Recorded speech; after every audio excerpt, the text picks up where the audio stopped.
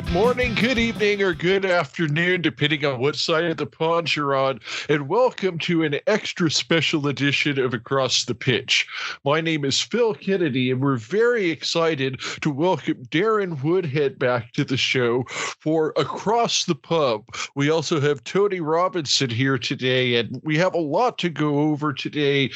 Things are very exciting in Accrington Stanley country. The new season is underway. The club has looked good, not necessarily great to start the season, but certainly things are looking good at the table. And I know that you guys are excited. Well, first of all, welcome back, Darren. How have you been? Thanks, Phil. Yeah, really good. Enjoyed the couple of months off in the summer, watched a bit of cricket, etc. Still been pulling a few strings behind the scenes, getting guests, etc. So I've been helping out where I can, but it's good to be back. And you got over your birthday, a happy belated birthday again. Yes. So what can you release your age, or is this a trade secret? No, I don't like admitting it, but I'm 52, so I don't really celebrate birthdays anymore. But I got quite a lot of nice messages and got to go to football on my birthday. And even though it was only a minor cup competition, I still enjoyed the night out. So yeah, it was all good. Thanks. I got trainers older than 52. Well, you don't surprise me. I know you do like to save a few quid, Tony. So I bet there's some well above 52 in there, and shirts and trousers and everything else. Well, I still got my short pants from Holy Family. Anyway. Yeah, happy belated birthday, Darren. And I think that the thing that you just mentioned here kind of leads into the first thing we were going to talk about, which is cup competitions. And you mentioned minor cup competitions, which the Papa John's, obviously, you don't have any of the bigger clubs in there. I always look at it as Stanley's best chance to possibly get to Wembley. And I think we were going to talk about first, we've had the two recent matches against Oldham and then, of course, Barrow yesterday. And then we just kind of wanted to, I think, discuss our opinion on cup competitions in general. So which one of you guys wanted to start? I'll let Darren go ahead. Go ahead, Darren. Yeah, so I mean, the Papa John's, or whatever it's been called, Johnson's Paint, and then just about everything else we've had. But I mean, it's never been a big favourite of mine, to be quite honest. So much so last night, I take such little interest in. And when it came to full time, I didn't really know what happens next. I didn't know if we were going to penalties. You just take a point each. I've no idea. I just don't take an interest in the competition. But having said that, it was quite a good game. In second half, I thought, lots of the younger lads got a run out. That's what it's all about. They tried to play a few new guys and. Not too bad of a game in general. What did you guys think? Well, I echo for what you said. I thought the first half was a bit choppy again, and then they seemed to sort of get familiar with each other and settle in.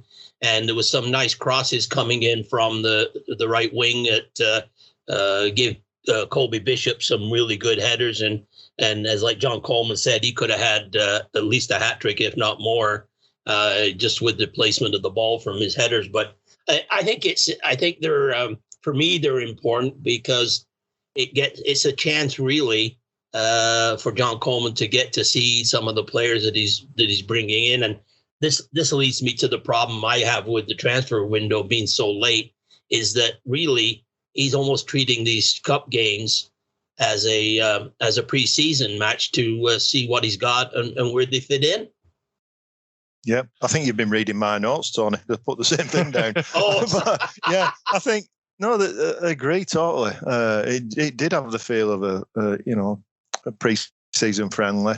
You don't know who all the players are. There's so many coming in, players being signed on the day. It just did have a feel of that. But from talking about Colby Bishop, I might be exaggerating it, but I think it was probably maybe one of his best performances in a Stanley shirt. I thought it was absolutely unplayable last night, especially second half, and led the line. They made him captain, and he just looked. If he can take that form into League One, which I hope he can, it's going to be a good sign for this season. Do you think that may have, because of maybe he was told before the match he wasn't going anywhere, or the pressure was off as far as the transfer talk? Because it does make you wonder, doesn't it? Because I listened to your interview, with Harry Pell, and talking about transfers and what happened with Cameron Burgess, and you don't always, that was a good take into what can happen as a player. 1 minute you're here, and then you down the other end of the country with all your family the day after, and maybe when it's playing on the mind in the weeks up to that deadline day, it must have some kind of impact.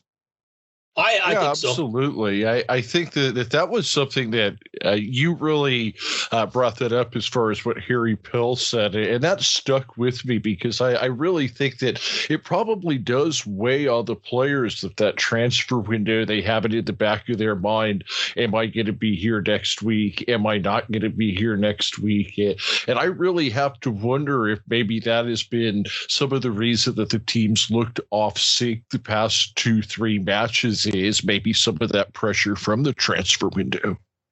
Yeah, totally agree. And imagine if there's 4 or 5 players within that squad who clubs are watching. It's got to have a negative impact on the squad, hasn't it? One thing that I've been thinking about, though, about this Papa John's Trophy is about 10, 15 years ago, maybe, 15, it was more, they started inviting conference teams in it. And I think that would be a better way forward for me.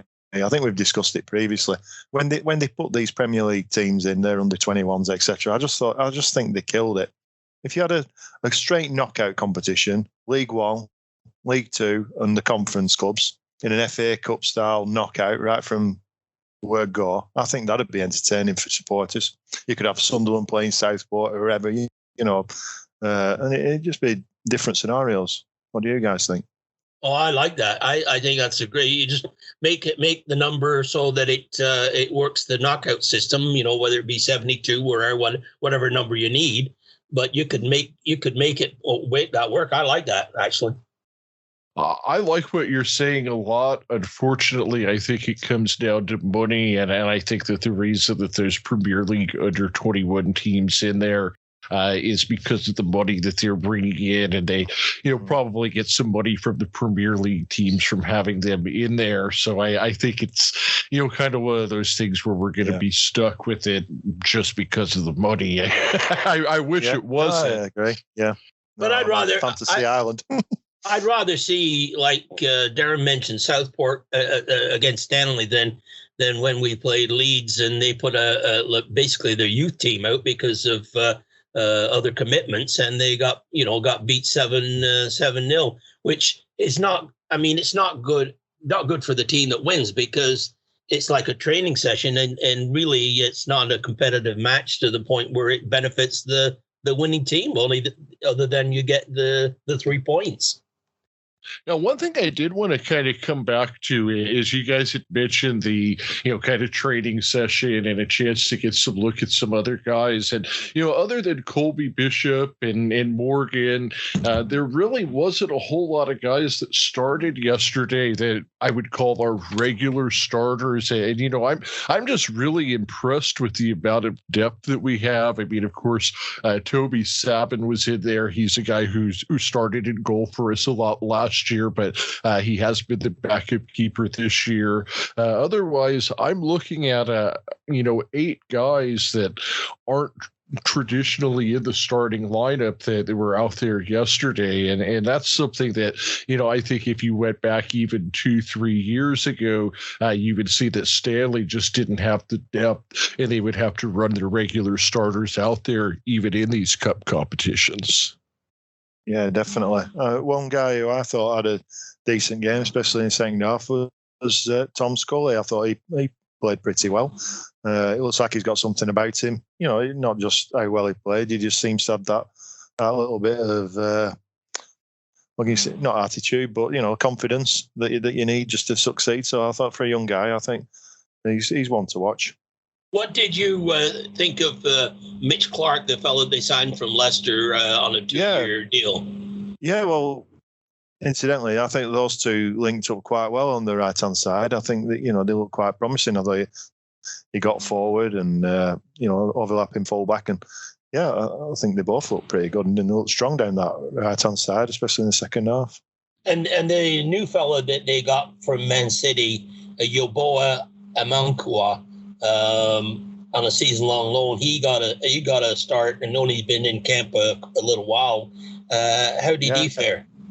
Yeah, I thought he looked really composed on the ball. I was surprised when he got took off. Really, I thought he was one of Stanley's better players in the first half. From in just my humble opinion, but he just looked composed on the ball. You know, he can obviously pass it. He had it. He played with his head up. He was reading the game, and because some of these academy players, for me, they can look a little bit manufactured, if you know what I mean. But he just seemed to have that attribute where he could just read the game, and he lifted his head up and he was having a good look around. And I thought I'd like to see more of him. Yeah, like he seemed to have that football sense. And there's players that you can see when they can anticipate somebody's when they got to move the ball or something like that. They have that knack of reading the game. Now I haven't seen, or if I can't recall seeing this player, but you may have seen him. The new signing they got from Peterborough for an undisclosed fee. So it sounds like we paid some money here for young Ethan Hamilton. Have you seen him play, Darren? I haven't, no. I was speaking to a Bolton fan. I believe he spent some time there at some stage, maybe on loan, if I'm on the right track. And he was quite impressed with him. So I don't know. I don't know enough about him. It's the same with so many of these guys. It's a way to see, isn't it? Yesterday we got a striker in from West Brom, Javon Malcolm. He came in on a season-long loan, and I know there have been a lot of talk about how we've been bolstering the defense, and we're maybe looking for another striker, and it seems like we've got that piece. I mean, we've been busy this week, and this is by far going to be the deepest roster we've ever had. Yeah, and I think he's obviously John Coleman's going to have some tough decisions to make, especially if some of these start pushing for a first-team players. And then he's got the mystery man in Block C to contend with. Have you been reading about that one? Well, that's what I was going to ask you. What block are you in, actually? I'm in Block E, so I'm not guilty. But I mean, it did make me laugh. I mean, we're all experts, aren't we? We all want to choose our best players and who we think should be playing. And even me and my dad on the way to the games and back, we're arguing who should be in the team and who shouldn't. And me and Phil, we had a bit of a debate about an ex-player this week. And it's just natural for football fans, isn't it? And I'm sure John Coleman is the same about Liverpool when he's watching, but I don't think he'd go so far as to write a letter to Jurgen Klopp, would he? Well, who writes letters anymore? I don't know. I mean, exactly. all you have to do is go to Block C and say, who doesn't have a computer? And then because that pretty well narrows it down. But I thought it was funny because he said all those. He said don't bother anymore because they're just going straight in the bin. It's comical, really, wasn't it? It was a bit of fun. It did make me laugh. So Tony, I know that before the show you had said that you had put a little bit of a quiz game together, and I think right now might be a good time to take a little break from the football talk and do, is it Accrington Stanley Jeopardy? Is that what you're calling it? Or Across the Jeopardy? That's what it is. I'm calling it Around the World Game Show. Okay. Because I don't want to step on anybody's toes. I don't know if, and I can't recall this, but Darren would. We don't have any controversies. You are the host. I'm the host. We need some music for this new quiz, don't we? We need a jingle, Phil. You have to put one in.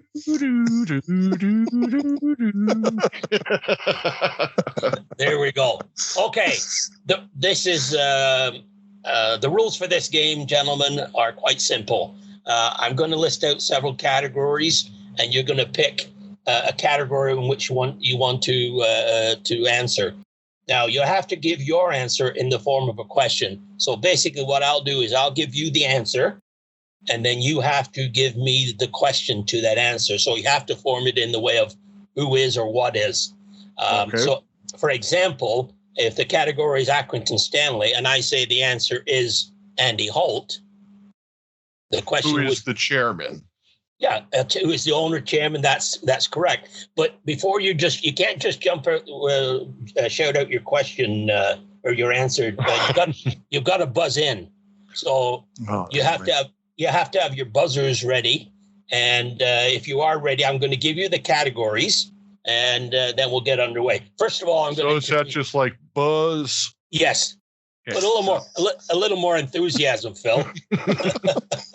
Okay, the contestants all the way from Phoenix, Arizona. Phil, Grizzly Adams, Kennedy. It's an honor to be here. I'd like to thank the Academy. Okay, enough of that. And from all the way from Lancashire, Darren, the Baxenden Bomber Woodhead. You said bomber, didn't you? Yeah.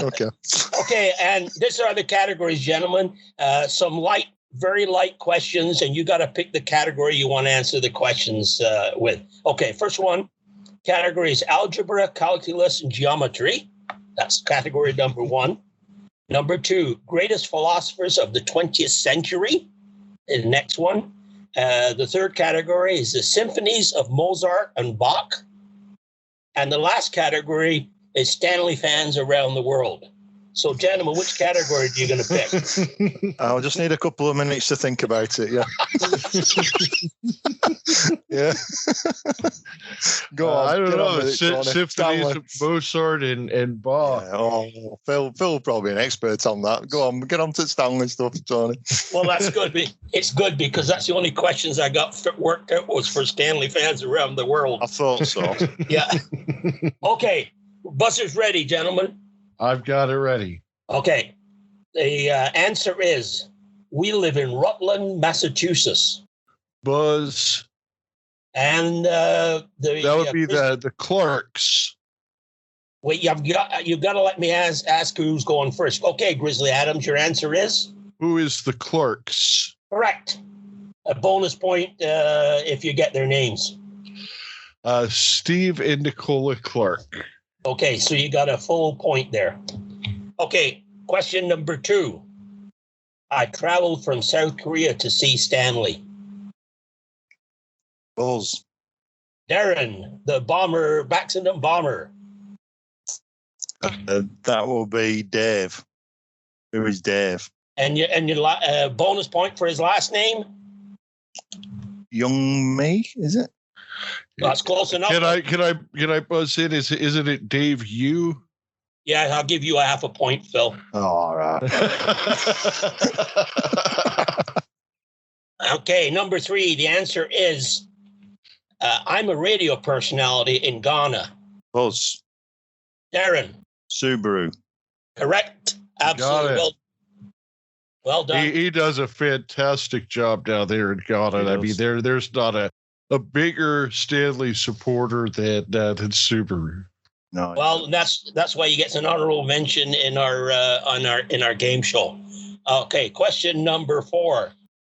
I live in Kent, Ohio. Buzz. Phil, the Grizzly Adams. Tara K. Excellent. Well done. You don't get any extra marks because you give all the answer at once. So okay. And number 5, we're Phil's ahead by a half a point. Actually, these points, it's not points, they're pints. So you're ahead by half a point. Okay. Number 5, I'm a Stanley fan, but I'm never sleepless in Seattle. Buzz. John. Baxenden Bomber. John Giebel, is it called? Yep. Giebel? Yeah, you got it. Hang on. Yep. Well done. Aaron well for done. the win. And this is double jeopardy on this one. So you get 2 points on this one. Yep.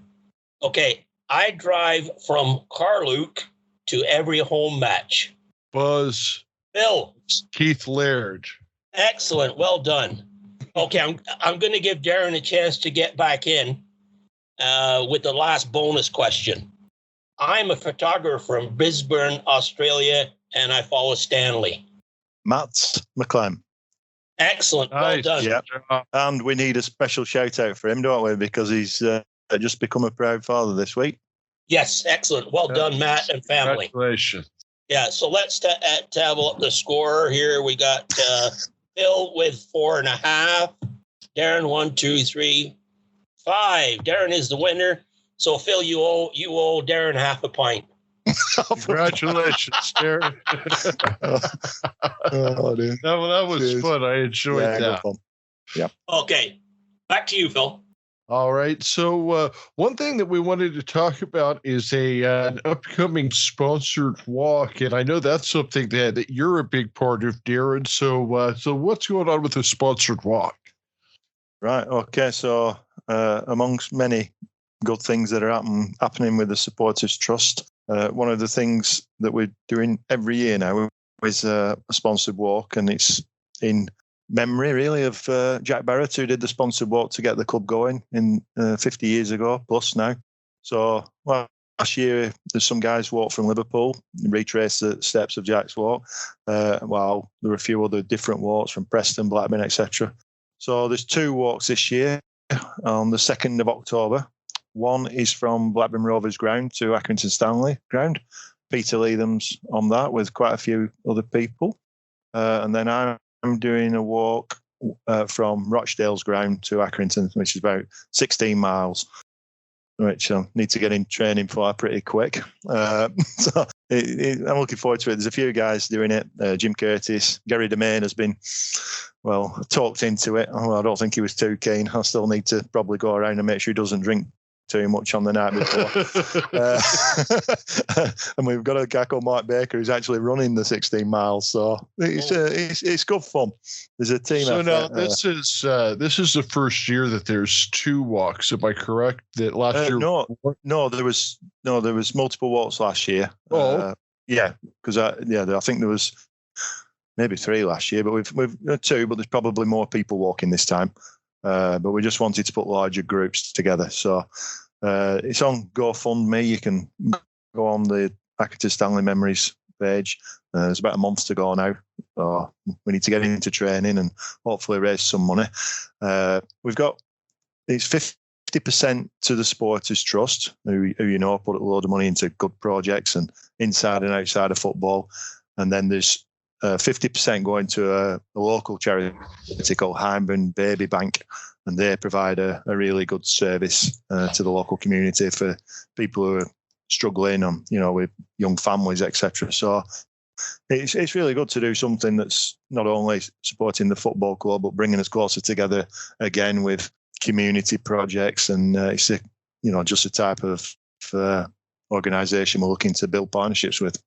I mean, and this is exactly what we talk about so often, where, Accrington Stanley is so much more than just a sports team, part of the community. And of course, with the Supporters Trust, I mean, everything that the Supporters Trust does in the community is just amazing. And, you can't say enough about the work that Peter does, who you mentioned earlier is running one of the walks. And it's just, this is the reason that I want to spread the word of Accrington Stanley throughout the world, is because so many great things happen that start with the club. Yeah, exactly.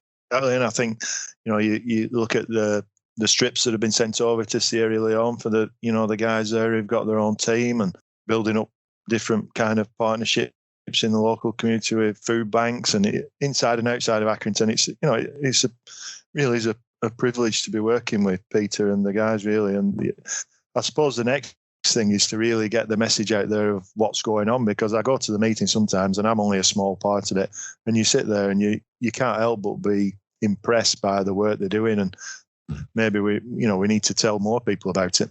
Yeah, absolutely. I think that spreading the word, I think that we've talked a lot about the Memorial Garden, which is just an excellent project, but there's just so many things that the Supporters Trust does throughout the year and throughout the community, beyond just the short giveaways that we've talked about.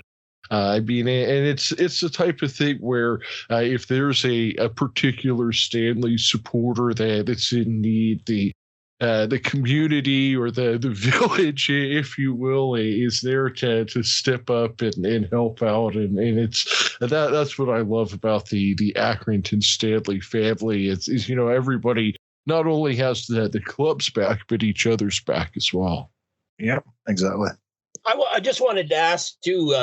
I know the construction is ongoing, and it's going to be still a few months away. But there was some mention at some point that the Stanley Trust would be involved in putting up some memorabilia, or if you will, regarding Accrington Stanley. But then I heard that they don't want to make it totally about football because of the fact they want to rent out these facilities for other functions. Have you any idea what's going on in that area, or is it too early to tell, Darren?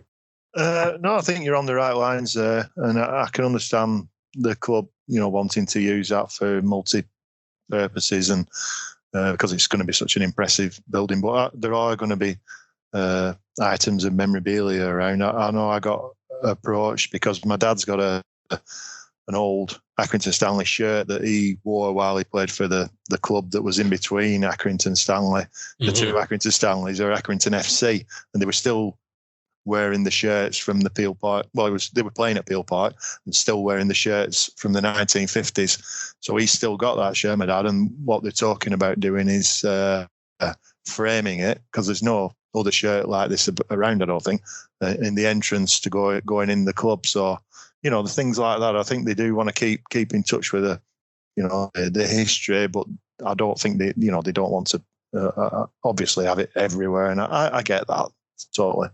Well, I think you're going to have obviously it's at the football ground, so there has to be something connected with the club. Yeah. But I would say there's going to be areas, because if people want to take pictures or something like that, they may not want a picture, with all due respect, of Brett Ormerod looking over the bride's shoulder. Yeah, this is it. Yeah, yeah. I think it's got to be flexible, hasn't it? So I'm sure it'll be. It looks impressive though, the building. I mean, my son hadn't been, since the break, and he was impressed at just the size of it when you walk around that corner. Although you can see the photographs, it's not until you go and you see the size of these lounges that they build in, and the whole club's going to change once it's complete. Well, I think obviously the facilities inside for hospitality, because that is now a big part of the club's revenue stream. And I remember when I first started going in, and it might be a Tuesday night match, there might be 8 or 10 people in the hospitality package, and there wasn't enough to bring the caterers in, so they did sandwiches.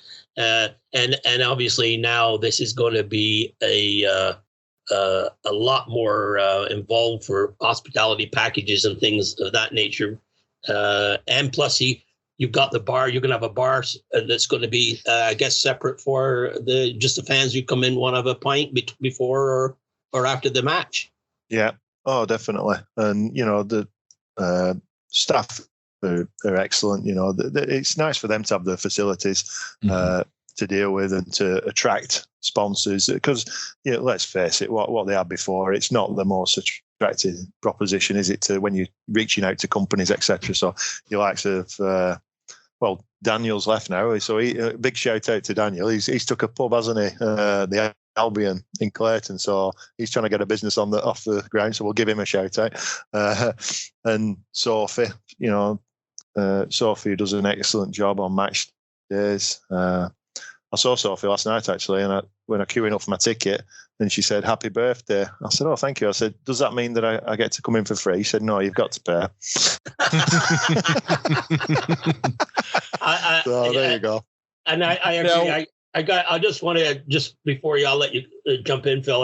I gotta echo what Darren said about Daniel and his partner. Now they've taken over the Albion, which is fortunately or unfortunately, whichever way the case may be, is on my way home to Great Harwood, where I stay.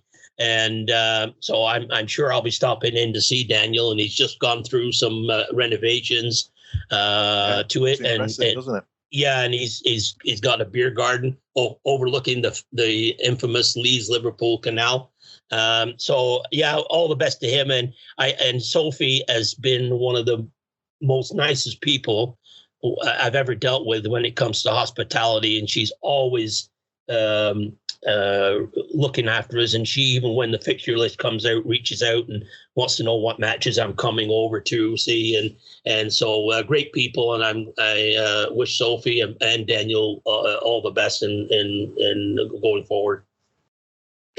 Absolutely. And it's great to see that so many things getting started with Stanley, and then, folks are able to move on to bigger and better things, not just players, but, folks getting started off at Stanley. And, for instance, we saw, Buzzer Cook has gone on to Burnley and is going to be there working on their grounds there. So, as much as we like having folks at Stanley, it's always great to see folks go on and move on to bigger and better things in other places. That leads us into one of the sections that I looked at for this podcast was the graph that was sent out, and I got it off of Mitt Shackleton, so shout out to him for providing it. About League One accumulated losses for 2020. Yeah. And I think you guys have had a look at it. When I first looked at it, I was shocked and disgusted by the top 2, 3, 4 teams and their losses. I don't know what your guys' thoughts are, but how can they get away with that? Well, I think that you made a good point earlier when you're talking about Stanley and the different revenue streams and how Stanley is getting creative and, trying, for instance, to rent out the room for non-football events. And that's the reason that you see Stanley down at the bottom of the list is one of the only teams not losing money in spite of not having the size of the grounds of these other teams and whatnot. But yeah, when you look at teams like Sunderland, I believe it was something around 200 million plus pounds in the loss column. 257, Phil, 257. And that's just not sustainable. That's literally a £250 million lost in one season. It boggles the mind. And evidently it boggles your guys' mind too, because it sounds like you're just speechless. I was gonna let Darren go. Yeah, so I've got a little bit of a take on it. And it may seem really basic, but for me, the teams who are prepared, once they get promoted, they don't go overboard, they don't mortgage the club off. They're prepared to get relegated. They'll do everything they need to do on the pitch to stay up. And Accrington fit into that, no matter what league they're in. And you see that further up. Wycombe went up, but they came back down. They give it a good go. And, they seem to be in a good, stable position. Burnley are the same in a Premier League level. Well, what gets me, Darren, is Bolton, who just came up, and their losses are 201 million. Bolton. This is a team that was bankrupt just not that long ago. How can they get away with this? I think they've just got it in their mindset because they had that spell in the Premier League that they somehow got some, not a right, but the will to get back there and at any cost. And I just don't see it because growing up, Bolton was never that kind of football club to me. They're just a like the rest of the Burnley, Blackburn, etc. Preston and all these other teams. They had the time in the sun, so to speak, and now they seem to be just hell bent on getting back up no matter what, and it doesn't work, does it? No, and a couple of teams that stick out for me that did struggle and I think are going to continue to struggle is Doncaster with a £34 million loss, and Bristol Rovers, who obviously went down, and there were 25 million. Those teams, can't survive, yeah. And if it's something that they're doing themselves in the way of wages or what have you, then I don't have a lot of sympathy for these teams that go into losses, but there should be some way of punishing these teams because it's not a level playing field. Well, I think that's what it comes down to, is that this is evidence that obviously whatever financial fair play rules are not working. Last year, there was the salary cap. I mean, I think it's something where we see salary caps work so well in American sports, and at the Premier League level, it's probably not going to work because you have the other international leagues that you're competing against. But once you get down to even the Championship, or certainly League One or League Two, you're going to need to have a salary cap at some point. Otherwise, it's just not sustainable. You're going to see more and more teams going out of business. No, I agree. Well, one thing I think you could look at in League One and even the Championship, but you could have a luxury tax and it's not quite a salary cap, Phil, but a luxury tax where they if they spend over a like certain amount. Yeah, and Major League Baseball has it. So I mean, if they spend over $100 million, maybe they get taxed an extra 15%. If they go over 125 million, they get taxed 25%. So the more you spend, the more you tax. Which it allows teams with a good revenue stream to spend money, but then it sort of curbs them and really punishes them if they say if the luxury tax is 100 million and Sunderland are at 257, then obviously they'd have to pay a ton of taxes and they would cut back on things. So it's a way of railing them in, but as I say, it's just shocking when you see this going on. Yeah, I mean, it really is. I mean, those numbers. I mean, you just look at it, and it's not even an amount of money that you could visualize. I mean, you think about how much £1 million is, and then you times that times 257 and one season. Well, that's more than Tony's got in the bank. How much? Oh no, that's dollars, isn't it? Well, we're talking dollars, but anyway, I would say I wanted to ask Darren if you got any being at the match last night. Did you hear anything updates on injuries? Who will be available for Saturday at home to Shrewsbury? No, I didn't hear much on the injury front. There didn't seem to be much activity from the first team squad in general, but I think everybody's awaiting Mr. Keneally coming back in, aren't they? So I think it doesn't sound like he's too far away. So I think that'll be a plus point because they are lacking in experience, aren't they? In a lot of areas. So I think you just need to get him in to just shore it up a little bit, give that bit of protection to the defence, who I think have been really good this season. To be honest, the defence, just that level in front of them, and that level of security. Yeah, and I think when you bring Keneally back in, you change the formation somewhat, and you might change the position of where Pritchard plays and Butcher, and I think it's going to we have to see Seamus back, and it's then a question of where does he play the rest of his midfielders. But having said that, hopefully Pritchard is going to be available on Saturday. I haven't heard if how he is or not, but hopefully he's available. Do you guys know anything on that? We need him back. No, we need him back, don't we? Yeah. And I want to see him further up the pitch as well, because obviously with he's having to been doing a job at wing back, and I think with Joe, you need to get him, and I'm sure John Coleman wants him there. He just had to, mix and match as he has had to do with the squad. But I think if you get Joe Pritchard further up the pitch, he does make things happen. He can run with the ball, and he's got a decent dead ball, etc. And he needs to get him further up the pitch. Well, I think he's talented enough. You could put him in behind the two strikers, but also he's got the skill set that you can put him a bit wide. And I think that position is more open than Dion Charles, because I think from what John Coleman said, he's not going to put Dion Charles out on the wide because of what Block C had to say. Yeah.